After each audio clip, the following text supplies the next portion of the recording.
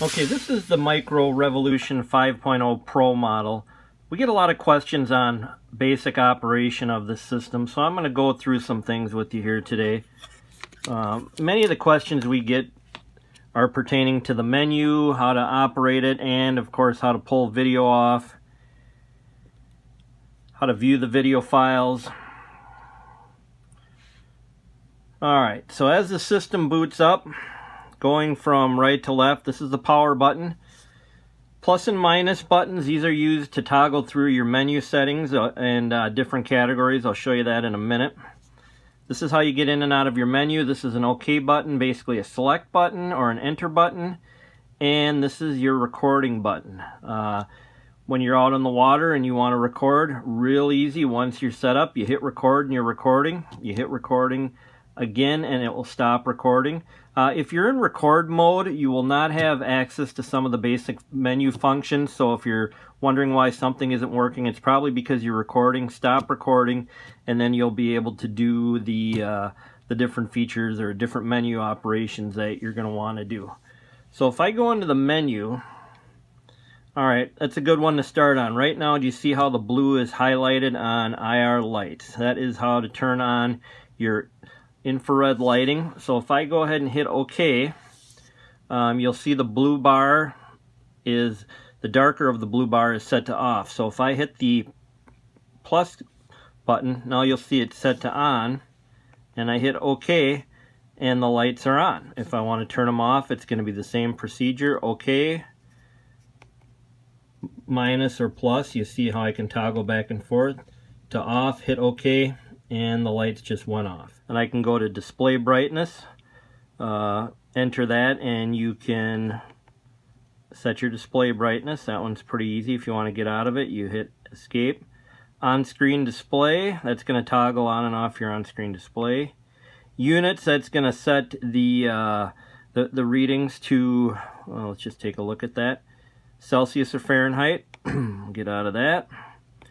If I go down more, time setup, so that's to set your time in the upper corner. Time display. Turn it on or turn it off.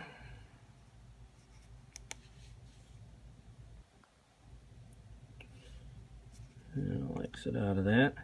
Video file duration. This is a good one. What this does, if I go in there, this is how long my video files will record. I can set it to 5, 10, 15, 30, and I like to do 10 minutes, 15 minutes. It's all preference. You do 30 and you get a pretty big file. And when you're recording, this will just continue to loop and it will make video segments in the length you select. So we'll set that one for 10. Memory info.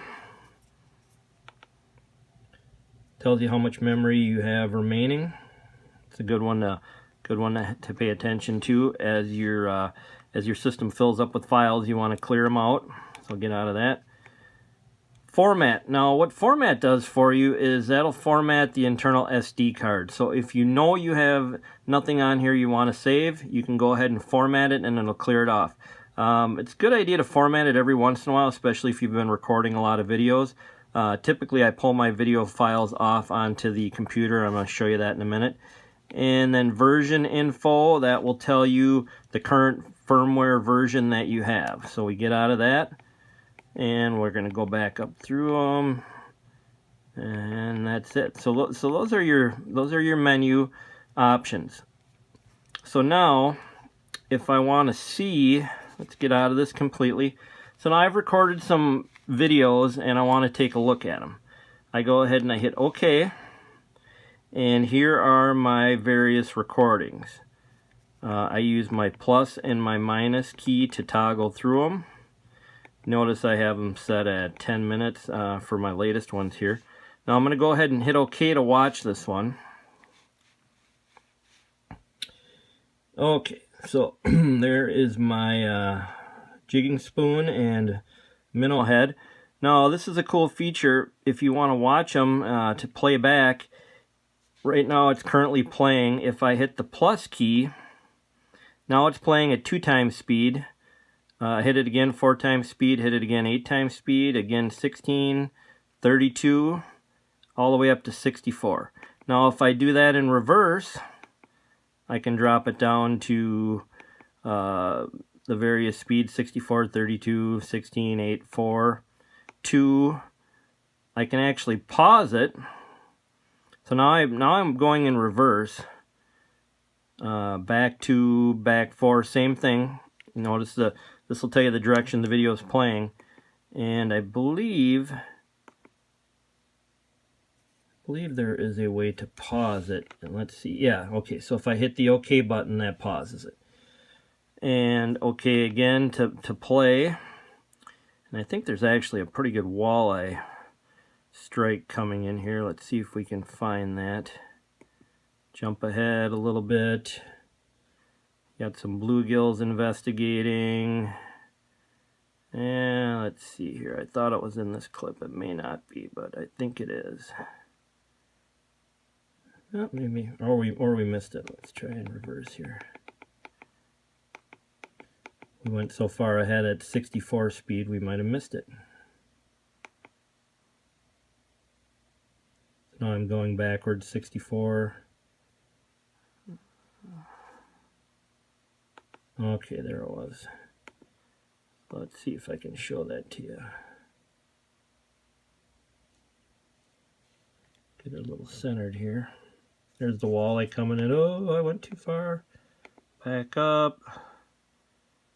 And forward, normal speed, Mr. Walleye. He's got it. Set the hook. There you go. And that's how you do it. So if I escape out of there, again, that's how I can view all the various files. Now, you cannot delete them on here without formatting the whole card. So if you want to actually delete, that's when you hook it up to your PC or your Mac computer, and I'm going to show you that next. So we're going to escape out of here. And there we go. So now we're back to viewing. If you notice that the on-screen displays aren't working because I don't have the camera hanging down and letting it orientate itself, just because I have it tucked away. And if you're wondering why that is, that's what's going on there. So the next thing I'm going to do is I'm going to actually power the system off. You can do the power button, or you can close the lid, and that will power it down. So now I'm going to take the cable here. I'll show you a few things on the cable as we're learning about this system. So this is your magnetic charging point. This is what's going to actually go into the side of the system. You'll feel it latch in. If it's fighting you, you have it the wrong way. See how it's fighting me? Okay. That's how you hook it up. That's how you hook it up to charge. That's how you hook it up to do video to your file transfer to your computer. And that's how you also hook it up to do video out. This yellow cable here, this is your video out. This is what you run to a monitor or TV to view video on the screen. And then this is your USB for not only charging, but your data transfer. So what I'm going to do now is I'm going to reach back behind my system here. And I'm going to plug this guy in. Okay. So I have it plugged in. Get this set here. So now I'm powered on, and maybe I'll point the camera down to show you this. Might make it a little easier. All right. So I'm plugged in. I better fire up the computer system. All right, sit still for me. Right there. That's fine. All right. So now I turn it on. And this is what you're going to want to watch for. You're going to want to watch for it to say, it's going to come on, and there we go. It's going to say USB connecting. So now I look up onto my screen here, and this just popped up in the bottom. This is the actual Revolution system that has connected. On a Mac like I'm using, it's going to just pop up a no name. On a PC, it will probably say there has been a device added, and it'll ask you for what you'd like to do with it. So let me adjust the camera a little bit here. So now I'm going to open this guy up. I'll drag it down so you can see it a little bit better. Alright, there's my file. I go in there, 100 media, and these are all my video, my 10 video, actually 12 video clips I have on there currently. Number 10 was the one we were looking at on there. So if I click that on, and there's my video. Now I can watch this video. Fast forward, let's see if we can see that walleye come in again. There he is.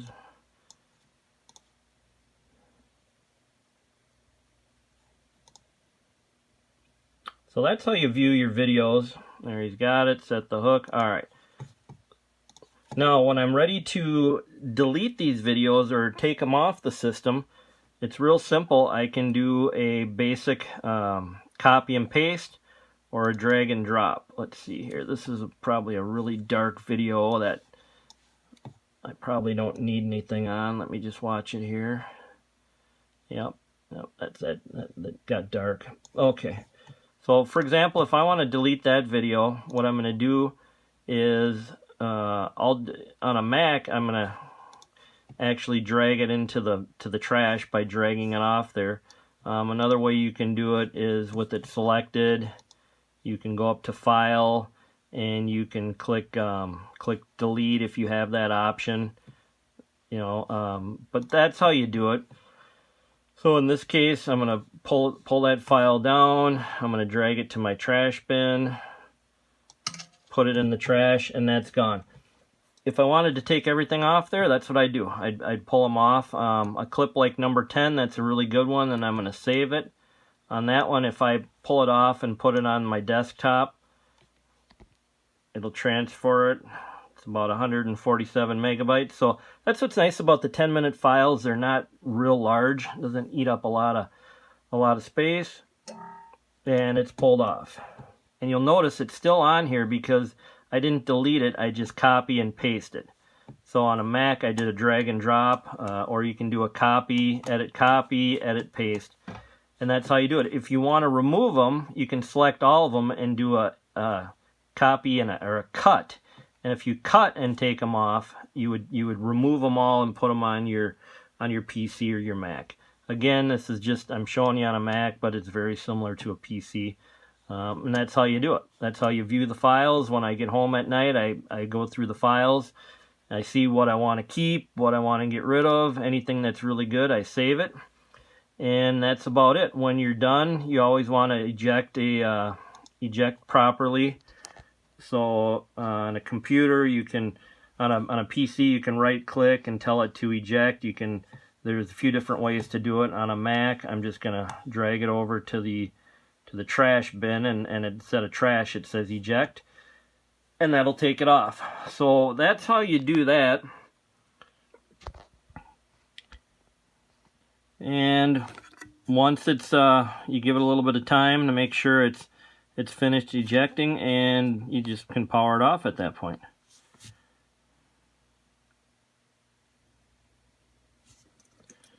So that's that. And you know, that's about it. Again, I showed you how the cover will power on, or I'm sorry, power it off. Showed you how the lights go. If you're having any difficulty with the back, I don't think most anglers are. It's pretty simple, but your handle pops down for a little more streamlined storage, or pops up. I've got the camera stowed right now, and this is the clip on the top, and like that. And one other thing I would like to show you is the spacer. We have a spacer that will allow this to open up, so I'm going to get that now and show you that. Alright, if you notice on here, this is your mounting point for the system. We put it on top so you can mount this guy over the hole and use the reel while you're fishing. If you try to put a ram mount or one of our snake mounts on here, what you'll find out is, oh, the cover doesn't open. It doesn't open nearly all the way. That's a problem. Well, we thought of that. That's not really a problem. So let me show you what's going on with that. In your box, you'll have a little accessory bag. Let me take that out and show you what's in here. Got a few different things in here. We've got a weight for checking your depth, and to add weight to the plastic fin. if you want to use that for open water fishing. I'll show you one of those fins here in a minute. There's your wire clips. You'll have a lanyard and this little guy. What the heck is this thing? So what this is a spacer. So I screw that into the top of the system, and now, oh, look at that. My cover has plenty of room to open, and if I go ahead and go to put a snake mount on here, or a ram mount, or whatever you're using, now I've got the room. Look at that. Now I've got plenty of room, plenty of distance for that cover to open. So that's what that guy is. That is your spacer to allow the cover to open.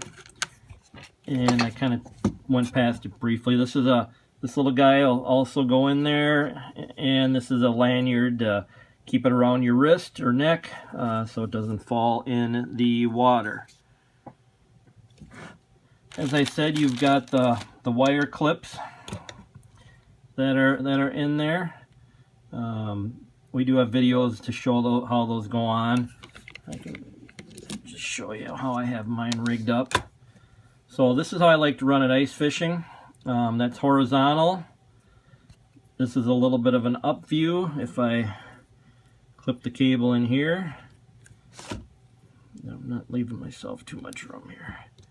Up viewing, or if you just want to do straight down view, take everything off. That's your down view, and I would typically take the wire clip off to do that. You certainly don't have to.